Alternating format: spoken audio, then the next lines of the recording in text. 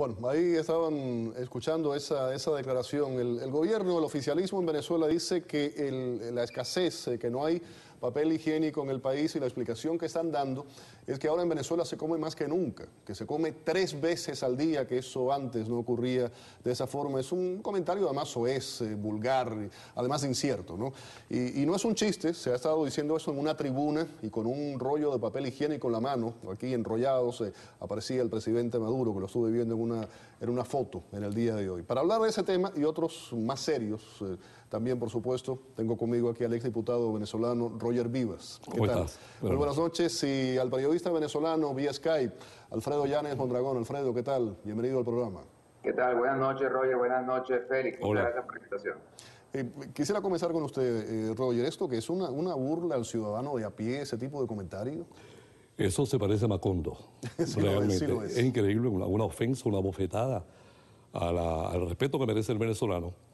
Lo que pasa es que yo creo que eso es importante ver, analizar por qué esto se hace, partiendo de la base que el Castro-estalinismo, ese que se ha apoderado de Venezuela. Cuando este video famoso salió la semana pasada, hay que hacerse una pregunta: ¿qué buscan con eso? ¿Qué busca el castrismo con eso? Eso no es casual. Cuando se presentan cosas insólitas como este papel sanitario, ¿qué se busca con eso? Un país que aún tiene recursos para suplir necesidades fundamentales. Entonces yo creo que hay una estrategia muy propia de estos regímenes totalitarios fascistas que pasa por el sometimiento de la población a través del miedo, limitaciones, carestías. En Venezuela tú no consigues leche, no consigues aceite, no consigues azúcar, no consigues ahora papel sanitario. Una anécdota triste, lamentable, da risa. Mi hermana es periodista, fue a comprar, hizo una cola de 1 hora y tanto, le vendieron 2 rollos de papel sanitario. Y cuando iba llegando a la casa, se los robaron. Curioso que me hable eso de los 2 rollos. Déjeme ir ahora con Alfredo y ahora voy a explicar por qué digo los 2 rollos. Primero, ¿te parece una burla ese tipo de comentario? Eso lo dijo además el presidente del Instituto Nacional de Estadística, Elías El Yuri, correcto. Sí. Además se ha hecho un estudio, y hablo sobre los 2 rollos, porque se dice que se encargó que se comprara 50 millones de rollos de papel sanitario, y entonces se saca un promedio de 30 millones de venezolanos, o sea que tocaba a uno y pico, uno y un poco más por ciudadano. ¿Qué lectura le das, Alfredo, en medio de la crisis institucional, política que hay en el país, que se esté perdiendo en el Parlamento, en la Asamblea, el tiempo en discutir ese tipo de cosas?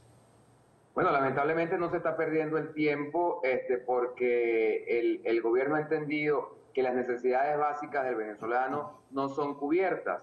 Y cuando decimos necesidades básicas, pues lamentablemente desde Venezuela tenemos que decir que se trata incluso del aseo personal, de una cosa tan íntima como el uso del papel higiénico. En medio de la locura en la que se convirtió el Parlamento venezolano, un Parlamento en el que se prohibió hablar a los diputados con una corriente de pensamiento distinta a la del partido de gobierno, un Parlamento en el que se prefirió cerrarlo de hecho antes que darle el derecho de palabra a los parlamentarios, pues se dieron a la tarea, lamentablemente para ellos, de tener que abrir sus micrófonos para dejar en viva voz en la Casa de las Leyes, dejar constancia de que un régimen secuestrado, un régimen que ha secuestrado las instituciones del Estado, ni siquiera ha sido capaz de satisfacer una necesidad tan sencilla como la de que cada venezolano pueda tener la seguridad de que va a contar con papel higiénico para limpiarse sus miserias, por decirlo de alguna manera. La situación es más que elocuente, insisto, Félix y Roger, porque la evidencia de que el Parlamento tenga que debatir, tenga que invertir tiempo en el debate en función de si aprobar o no un crédito adicional para comprar 50 millones de rollos de papel higiénico, es la constancia más palpable de lo que ciertamente ha dejado de hacer este régimen única y exclusivamente dedicado al discurso, a la habladería, a andar... No hay un cierto pudor al escuchar, ¿no?, en el pleno de la Asamblea del Parlamento ese tipo de discusión sobre esos temas. Ellos no tienen pudor, Félix, ellos les da lo mismo. Mira, Félix, en medio de la campaña electoral, antes de la elección del 14 de abril, se presentó ante la sociedad venezolana lo que llamaron la toalla sanitaria ecológica, que no era otra cosa sino un espadarrapo de retazos de tela para que las mujeres en pleno siglo XXI la utilizaran como toalla sanitaria. Este grupo de incapaces, de ineptos, no tienen pudor, no tienen vergüenza, no les importa que el país se convierta en el hazmerreír del mundo solo por el hecho de que los 30 millones de venezolanos no tienen un suministro mínimo para asearse.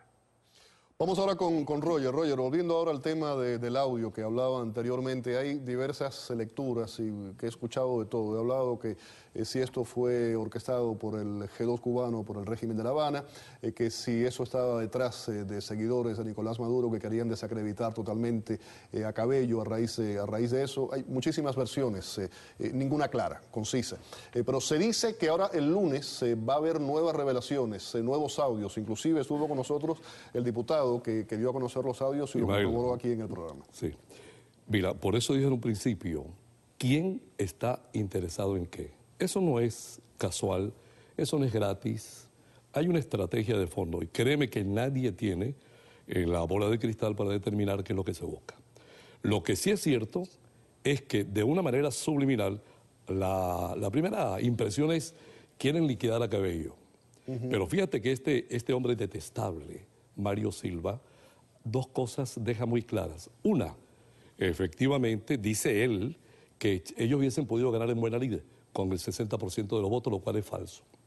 Ese día hay gente que se pregunta por qué la diferencia fue tan pequeña entre Capriles y este tipo, Maduro.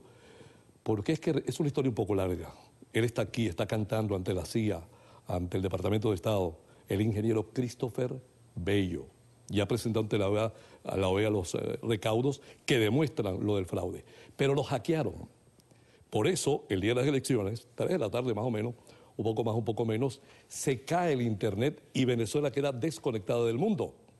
Y logran recomponer la situación, pero bajo esos parámetros, esa pequeña diferencia. Eso obviamente no se va a repetir, por una parte. Por la otra, eso quedó claro cuando dice Silva lo que dice. Y número 2, en el fondo presentan a Diosdado Cabello como lo que es, aparte de un pillo, un delincuente, un hombre todopoderoso.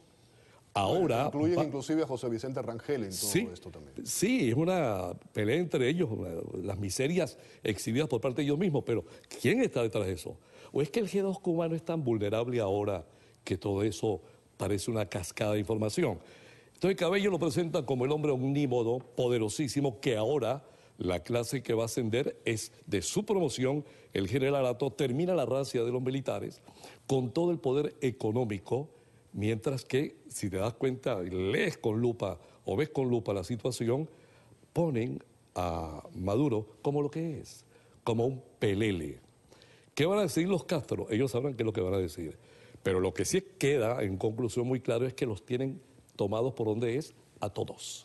Cada uno de esos tipos duerme con un miembro del G2 cubano debajo de la cama. Escuchábamos el punto de vista de Roger sobre el tema. ¿Cuál es el tuyo? Está por un lado el G2, está el tema de Cabello, está el tema de Maduro. Hay gente que dice que también querían hacer una depuración y salir inclusive de Silva, y de hecho renunció, o dicen que lo obligaron a renunciar.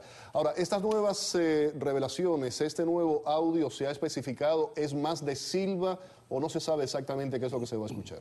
Bueno, los diputados que han dado a conocer el contenido de las grabaciones han sido muy celosos en cuanto a lo que pretenden presentarle al país, como lo que han considerado la primera parte de esta grabación. Dicho de esa manera, pues se sobreentiende que se trata de más declaraciones del propio protagonista.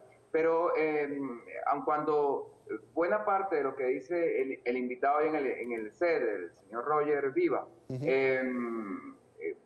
puede tener mucho sentido desde la perspectiva de la alta política, no se puede dejar de lado, Félix, el hecho de que el personaje más importante de esta discusión de 50 minutos es el gran pastor, el gran gurú, el personaje mediático, el alter ego de Hugo Chávez, el personaje encargado de transmitir el mensaje, la línea política, la comunicación directa entre la cúpula y la militancia, entre el pastor y la feligresía. Y entonces, independientemente de las razones que haya tenido el poder político para hacer filtrar esa grabación, realmente ese contenido a donde ha ido a parar con mayor fuerza es precisamente a esa feligresía que seguía de cerca cada mensaje que emitía Mario Silva a través de su programa nocturno. Entonces, más allá de los movimientos políticos, quién es ministro, quién se robó, por culpa de quién se devaluó, el tema está en que se ha generado una hecatombe en cuanto a aquellos que entendían al chavismo como, más allá de una razón ideológica, la entendían como una secta, como una profesión de fe. Interesante, muy interesante ese punto de vista, Alfredo. Ya prácticamente se ha perdido a partir del día lunes, porque escucharon al mismo personaje con las mismas inflexiones, con las mismas groserías, con el mismo tono con el que acusó inocentes, con el que condenó, por ejemplo, a Richard Blanco y lo mandó a la cárcel por haber tratado de salvar a un policía, con la misma vehemencia con la que condenó a policías. Lo escucharon hablar de la propia gente que hasta hace 72 horas, pues la feligresía chavista los tenía por buenos, los tenía por precursores, por guardianes de lo que han llamado el legado de Hugo Chávez. Y resulta que ahora el legado de Hugo Chávez, en boca de su propio pastor, de su propio benefactor en cuanto al mensaje transmitido, pues ahora se ha quedado reducido a ese mar del que dijo Mario Silva. Buena parte del poder político venezolano está embarrado. Tengo que irme. Muchas gracias. Te agradezco mucho tu participación, diputado Vivas, por haber estado con nosotros aquí en el estudio. Alfredo Llanes Mondragón, que nos acompañaba vía Skype desde Caracas, Venezuela. Vamos a la pausa. Al regreso, Joel Marrero es un cubano que ha encontrado la forma de dar clases de ritmos cubanos a alumnos en Japón. Y todo eso ligado con el karate. Le contamos al regreso.